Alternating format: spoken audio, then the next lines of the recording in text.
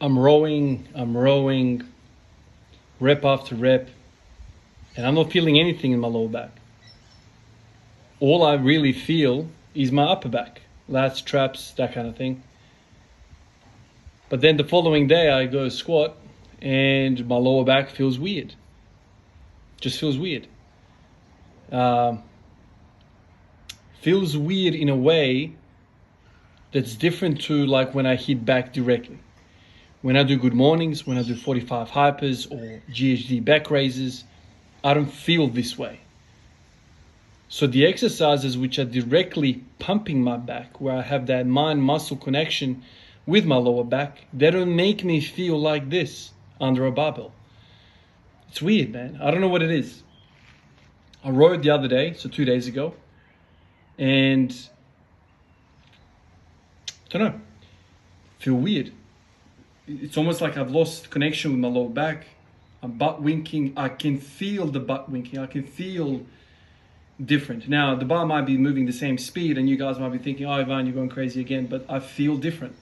I feel different under the bar. Like the mechanics are different. The forces that are stacking up through my body are different. Very hard to show that on film.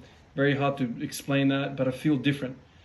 It's almost like my body's morphing its way through a different puzzle to get the bar up. And it's weird because I have fatigue in my upper back, but lower back is the one that's exhibiting. Now, the very next thought is, okay, maybe it's the upper back that's fatigued and that's starting to, drop that first domino effect, and then you kind of have more pressure on the lower back. Frankly, it's too hard to work that out.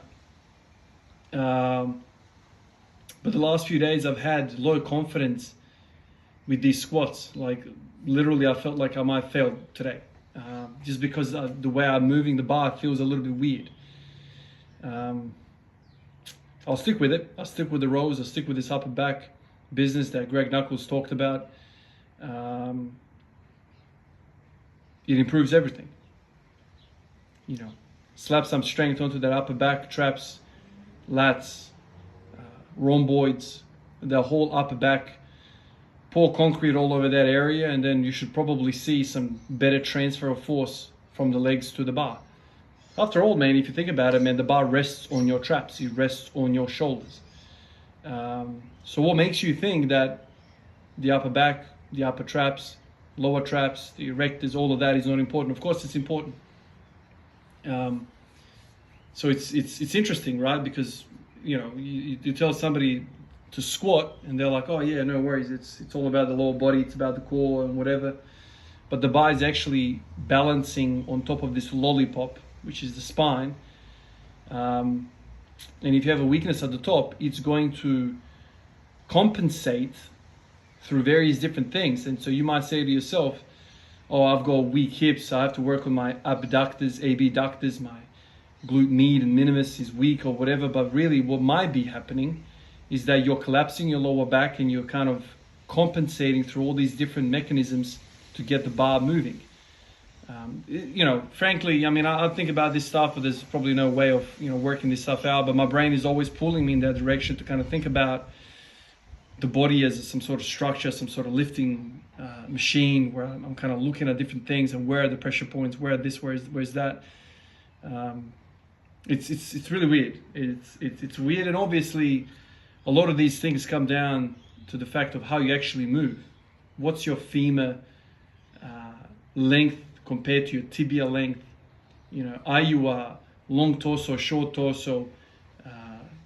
How are your hips behaving in terms of retroversion, antiversion, all that stuff? So there's a lot of things going on, but if I've ever said anything to you guys, is I've always encouraged you guys to experiment and to not be afraid to break away from the norm of 5x5, whatever the case might be. The cookie cutter programs out there tell you, go out there and experiment. I always think to myself when I talk to people at the gym or I talk to people online, it's like, man, I've been stuck at this lift for so long. It must be the genetics, so it must be this, it must be. It could be. But it also could be that 90% of stuff that people say out there doesn't work for you. So either you stay in that lane and you cop it sweetly and you never progress and you never do anything with your lifting and you kind of retire. Let's say you end up quitting and you conclude, I'm just not capable of this. Or You say to yourself, shit, man, whatever I've been doing so far is not working. Let me venture into the woods. Let me get off that highway and find my own way. Let me try and work this out. And you know, this whole channel is basically me going out into the woods and talking about it. Yes, I've made many mistakes. I've made many more mistakes that I've actually made good decisions, and a lot of you guys have called me up on it, and that's fine. You know, I'm not embarrassed about it. I frankly don't care about negative criticisms, because what goes in my mind is much harsher than what anybody tells me. But you know, I encourage everyone to kind of venture and experiment. You know, talk about it, and you know, with yourself, with somebody that you care about, or freaking make videos and make me freaking listen to it. But there's so many different things that are at play that, you know, so much goes on.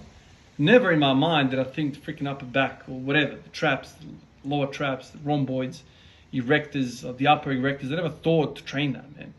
In fact, there was a period of my training, of this training program, where I went freaking months on end, something like 6 months without doing anything for the upper body. All I really did was like some sort of a pull variation, lots of squatting. And here I am now thinking about it, doing things about the upper back. And of course, yeah, I've told myself a little pretty story that makes sense to me. Might completely be freaking false. I could completely be shooting freaking off grid. But I'm gonna entertain this damn thing. The story has been told and I've believed it and makes sense to me in my freaking neurons in my mind. I'm gonna run with it. And after a few weeks or months or whatever, or days, if something's really off, I'll know, well, this shit doesn't really make sense. It's making me feel bad, or whatever the case might be. Anyway, I'm sitting here, I've caught myself thinking to myself, I'm rowing so I can squat? What the hell is going on, man? You're losing your damn mind. And then I reread the article, I'm like, no, it makes sense. The bar is resting on top of my freaking spine. And then you see some of these guys, man, I've seen on the internet recently, some guys low bar squatting, and I swear to God, that bar is halfway down his back. Like I'm talking about, like it seems like it's at the T12 level of the spine. It's like, what, mate, why don't you, you know, put the bar on the belt on your back, rest it there, and then put 17 plates on, you could probably lift that. And why does that even make sense? Because he has completely eliminated the requirement. The lever is so freaking down that he's basically leg pressing. And we know what we can leg press versus what we can squat. There's dudes out there, they can't squat 100 kilos and they're freaking pushing 400 on the leg press. Anyway, so you think about the leg press and then you think about the importance of upper back, and there's your thing. The further away the bar rests on your spine, the more difficult that is for the upper back, for the erectors, for the core. Appreciate all of you guys, and I'll catch you in the next one. Peace out.